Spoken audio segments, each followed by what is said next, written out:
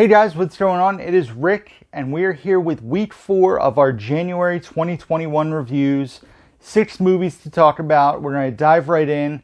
I want to mention that I had signed up at this point for a month free trial of DVD.com, and so I know 3 of these movies came from DVD.com. So the first one that came from DVD.com, which is basically Netflix rental service, used to be Netflix, so it's now goes by DVD.com, but it's still the Netflix mailing your disc to you company, and that is The Rental.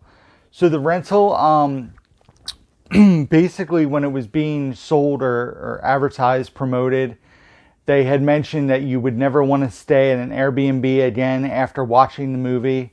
It's basically a movie about 2 couples that go on a weekend getaway to this gorgeous house. And it turns into like a generic, like something's not right. They feel like they're being watched possibly. And, there's Alison Brie's in the film, Dan Stevens. It was written and directed by Dave Franco, who's married to Alison Brie, James Franco's younger brother. And it just felt okay. The characters are all pretty unlikable. They all do some stuff that makes them not very likable people.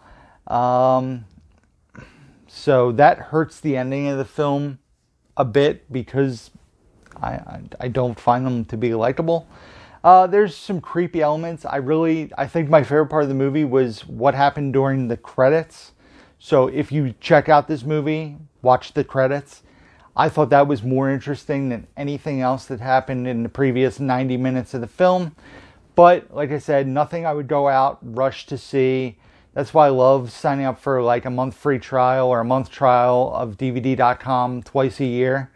I can catch up on some stuff that's not available on streaming and save some money. Even if I paid the $15 or $20 to get a month's worth instead of spending the money to buy those movies that I'll probably only watch once.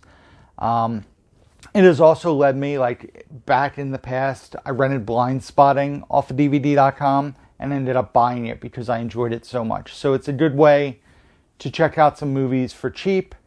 And then if I enjoy them, I can add them to my wish list and be on the lookout for them. So the next thing we watched was also from that site, and it was A Rainy Day in New York, which we watched on DVD. The Rental was a Blu-ray. A Rainy Day in New York was only on DVD. And so I'll start this out by saying this is probably only the 4th or 5th Woody Allen movie I've ever seen. I'm not really a fan of Woody Allen films. I feel like in all his movies, whoever plays the lead actor tries to act like Woody Allen, and that kind of bothers me a bit. I know I need to see Annie Hall. I've never seen Annie Hall or Manhattan. I've seen a lot of his later movies, Wonder Wheel, Blue Jasmine, anything else. There's probably like 1 or 2 more I've seen. But it starred Timothée Chalamet, and I'm a huge fan of Timothée Chalamet, so I wanted to check it out. The movie starts, and like right away, you can tell it's a Woody Allen film. Like if I went in blind, or a person went in blind familiar with Woody Allen's filmography, you would say, this is a Woody Allen movie. So once you kind of like suppress that and say, okay, it's Woody Allen, Chalamet, his character who's in college is talking like someone who's wise beyond their years, almost tries to put a Woody Allen twang on his voice. But the movie's a love letter to New York, like most of Woody Allen's films are. It's basically about a couple in college, and the girl wants to go back to, or has to go back to New York to interview a director that she's obsessed with, who's played by Liev Schreiber. I was worried I wasn't going to be able to think of his name. And it's just a weird story. It just seems awkward. She becomes like the apple of everybody's eye, the director, a star of his movie, his partner, like just all these people are like in love with this girl who's played by I believe it's Elle Fanning, and they're all like kind of obsessed with her, and she's like this ditzy, mindless young female. And her and Timothy Chalamet basically are supposed to spend a weekend together, go to lunch, go to dinner, and they go their own ways. Timothy Chalamet has a lot of family drama. He's also a card player, which I found interesting. So there's some card talk and gambling talk in the film. He has this weird cigarette holder he buys. It's a weird movie, but it was watchable. It's probably the most I've enjoyed a Woody Allen film out of all his stuff. But at a 3 out of 5 star review, it's not like I loved it. And I think a lot of that was just Timothy Chalamet being Timothy Chalamet. I really find him to be entertaining. Excuse me. Selena Gomez is also in the movie as a younger sister of one of Timothy Chalamet's ex-girlfriends, which is another weird story arc. But I give it a 3 out of 5. I would say check it out. If you're a Woody Allen fan, I think you would love the movie. If you're not a Woody Allen fan, you just got to try to separate it. If you like Timothy Chalamet, check it out because he's good in the film as he usually is. So next up is a movie we watched on Netflix called The Devil All the Time, which stars Tom Holland, Robert Pattinson. There's other people that I probably didn't write down in this video. Nope. So those are the two main names that stick out in my head. This was a movie that had been on my radar since the trailer dropped. I thought it looked very good. I thought it looked kind of creepy. And the movie is one of those flicks that has like a bunch of stories going on at one time. And the characters all kind of have connective tissue. So you're waiting to see how all these stories will combine for the payoff, if you will. So the movie features some very gory, violent scenes in it. Great performances throughout. But I think the pacing of the film suffered pretty badly. It was like 2 hours and 10 minutes, but there were parts that time was flying, and then there were other parts where it was just really slow paced.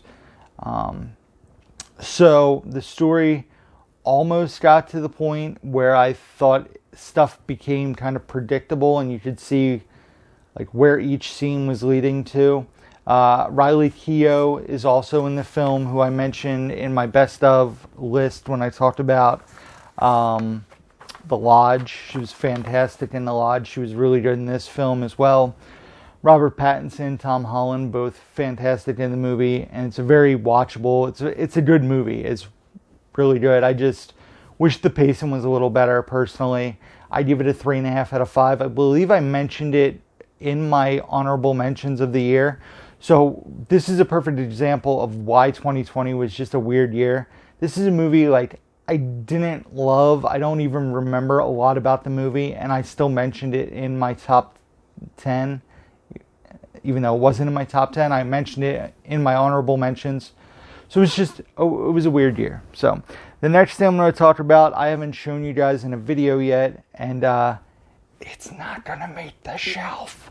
But I'll show it in my Facebook pickup video anyway, and that is The War with Grandpa, which stars Robert De Niro and this little kid, as well as Uma Thompson, Rob Riggle, and Christopher Walken. What's his name? Oakes Fegley. He plays Peter. So, this movie I had very, very low expectations. I was not expecting much. I thought it would be a fun movie to watch with RJ and Bridget. It has some over-the-top slapstick, but once again, not as terrible as it could have been. I was expecting like another Playing with Fire that was absolute garbage. But there were parts of this where I actually laughed out loud. So that was good to see, because Playing with Fire, that did not happen. It was entertaining. The one kid who plays Steve in the film, every time he was on the screen, I felt like he stole every scene he was in. He was very funny and the highlight of the film, in my opinion. The movie's it's predictable, but like I said, it's a family movie. It's PG. It's an hour and 35 minutes, so it's a fun watch for families. I just didn't really love it. I can't see myself watching it again. RJ thought it was just okay. So I gave this a 2 out of 5, The War with Grandpa. And next up, we have a classic that I showed to RJ for the first time, and Bridget as well for the first time, and that is Last Action Hero, starring Arnold Schwarzenegger. This was a movie I was obsessed with as a kid. This came out when I was like 9 or 10, and I loved this movie. Watched it so many times. The movie's so self-referential. It's very inside baseball. There's lots of like, the kid, Austin O'Brien, knows like different people from different movies they're really in.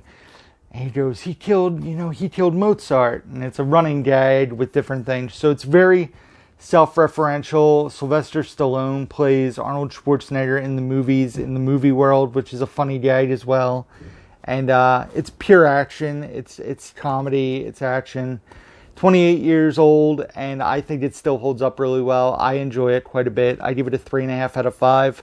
However, the transfer on this is the Mill Creek Blu-ray. The transfer has some issues. There's some parts where it looks pretty bad.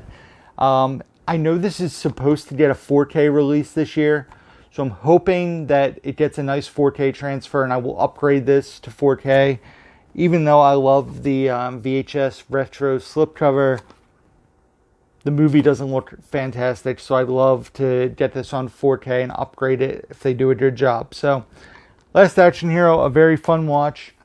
And then the last thing we checked out from DVD.com was How to Build a Girl, which is a coming-of-age film that stars Beanie Feldstein, who plays Johanna, who's a 16-year-old who loves to write. She's an outcast in school. She daydreams about boys.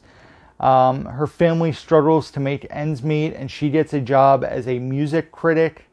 And she creates this new persona, starts to discover things about herself, finds her own sexuality, creates this like just a fearless female character.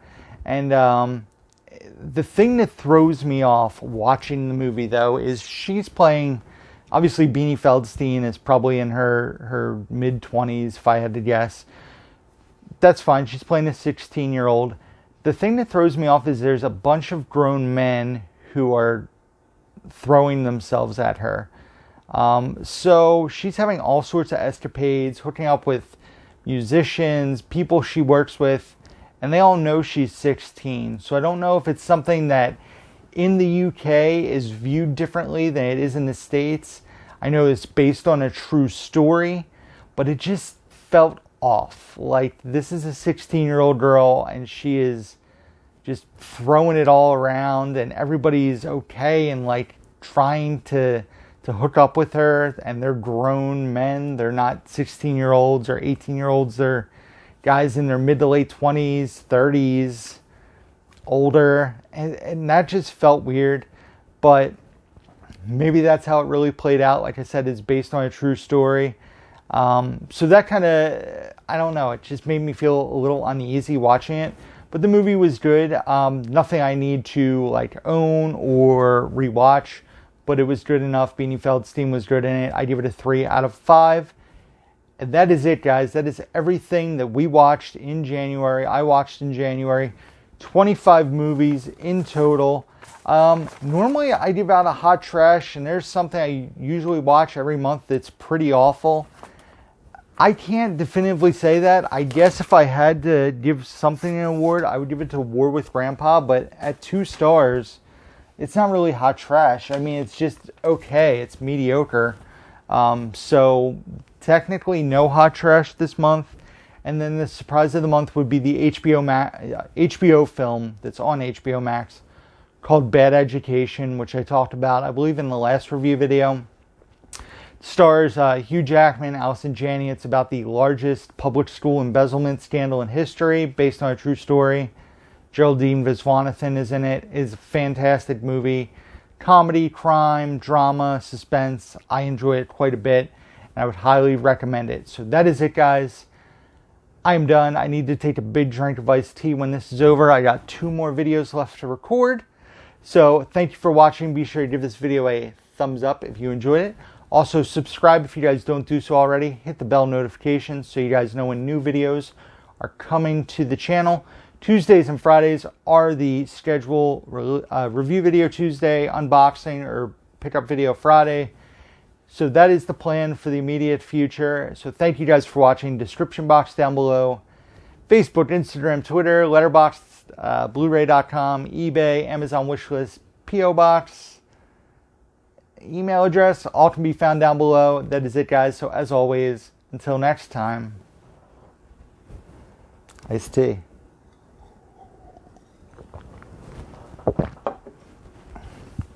Wu-Tang Clan ain't nothing to... Who's down the movie? One-handed. Two-handed. See you guys.